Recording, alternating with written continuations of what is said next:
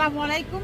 আশা করি আপনারা ভালো আছেন, আমিও ভালো আছি। UK property gossip by Tasmina YouTube চ্যানেলের পক্ষ থেকে জানাই শুভেচ্ছা।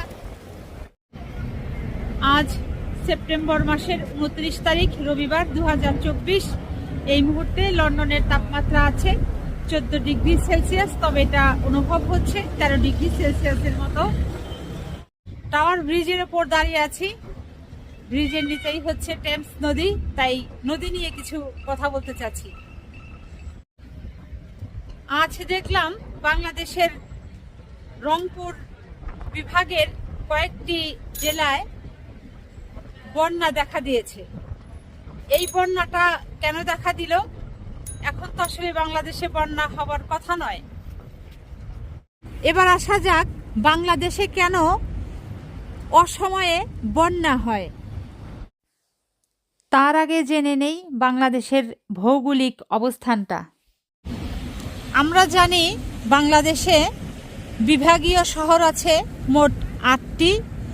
এই 8টির ভেতরে শুধুমাত্র ঢাকা এবং বরিশাল এই 2টি বিভাগে ভারতের সীমান্ত নেই।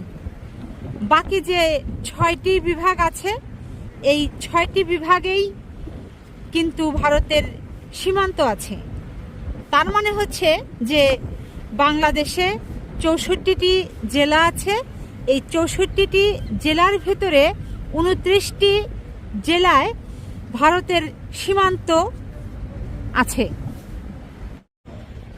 আমরা এই গত 1 মাস আগেও যেটা দেখলাম যে বাংলাদেশের দক্ষিণ পূর্বাঞ্চলের কয়েকটি জেলা হঠাৎ করে বন্যার পানিতে ডুবে গেল।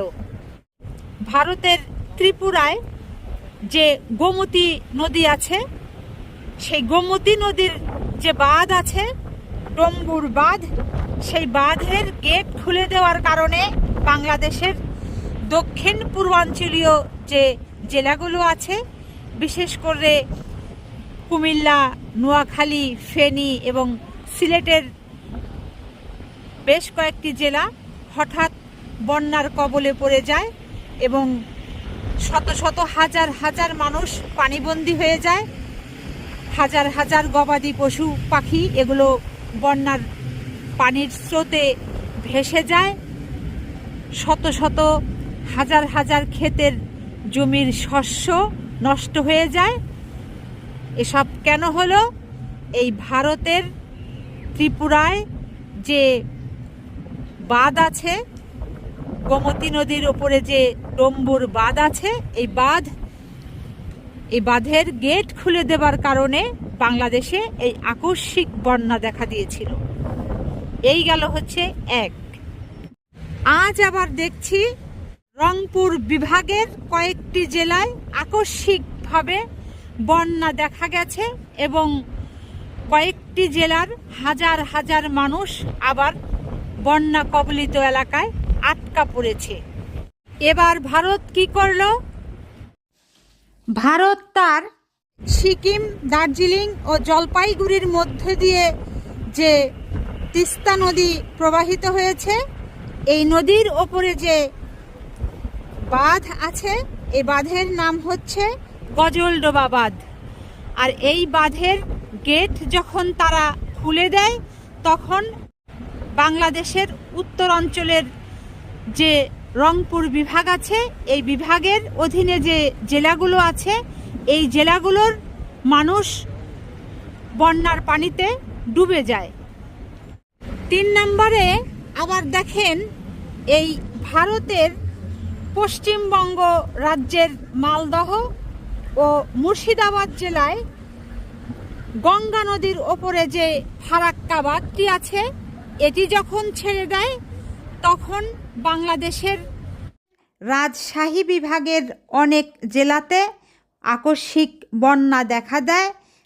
একই কায়দায় হাজার হাজার মানুষ বন্যার পানিতে আটকা পড়ে। হাজার হাজার পশু পাখি, গবাদি পশু পাখি বন্যার স্রোতে ভেসে যায়। শত শত জমির ফসল নষ্ট হয়ে যায়, মানুষ ক্ষতিগ্রস্ত হয়। এই গঙ্গা, গোমতী, তিস্তা এই সব নদীই কিন্তু আন্তর্জাতিক নদী। আর আন্তর্জাতিক নদীর পানির হিসেব কিন্তু সবারই সমান, কারো অধিকার নাই যে এই পানির গতিপথকে আটকে দিয়ে তারা নিজেরা শুধু একলা একলা এই সুবিধাটা ভোগ করবে এবং তার পার্শ্ববর্তী দেশকে তারা সেই পানি দিয়ে তাদেরকে বিপদে ফেলবে।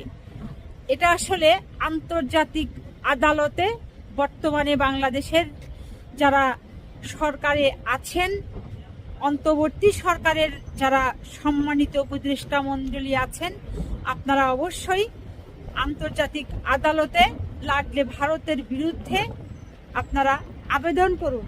আপনারা তাদেরকে অবগত করুন যে তারা এই ধরনের অনৈতিক আচরণ বাংলাদেশের সাথে করছে। তাদেরকে বিচারের কাঠগড়ায় দাঁড় করান, বিচারের সম্মুখীন করেন। বর্তমানে যে বাংলাদেশে অন্তর্বর্তী সরকার আছেন, অন্তর্বর্তী সরকারের যিনি প্রধান উপদেষ্টা ডক্টর ইউনূস সাহেব, উনি ঘোষণা দিয়েছেন অলরেডি যে বাঁধ নির্মাণ করবেন ভারতের ওই পানি ঠেকানোর জন্য।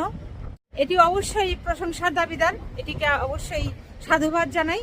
সেই সাথে বাংলাদেশের যে নদীগুলো আছে সেগুলো দখলদারদের কাছ থেকে পুনরুদ্ধার করেন এবং সেই নদীগুলোকে পুনরায় গভীরভাবে খনন করেন, যাতে বর্তমানে যে পানিটা ধারণ করছে নদীগুলো এর 5 থেকে 10 গুণ বেশি পানি এই নদীগুলো ধারণ করতে পারে।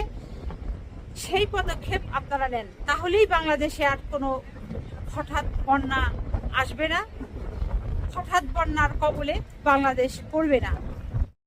যা হোক, শেষ পর্যন্ত ঘুরে ফিরে আমাদের বাংলাদেশের সাবেক রাষ্ট্রপতি শহীদ জিয়াউর রহমানের যে 19 দফা কর্মসূচি ছিল, সেই কর্মসূচিতে একটি দফা ছিল হচ্ছে খাল খনন কর্মসূচি।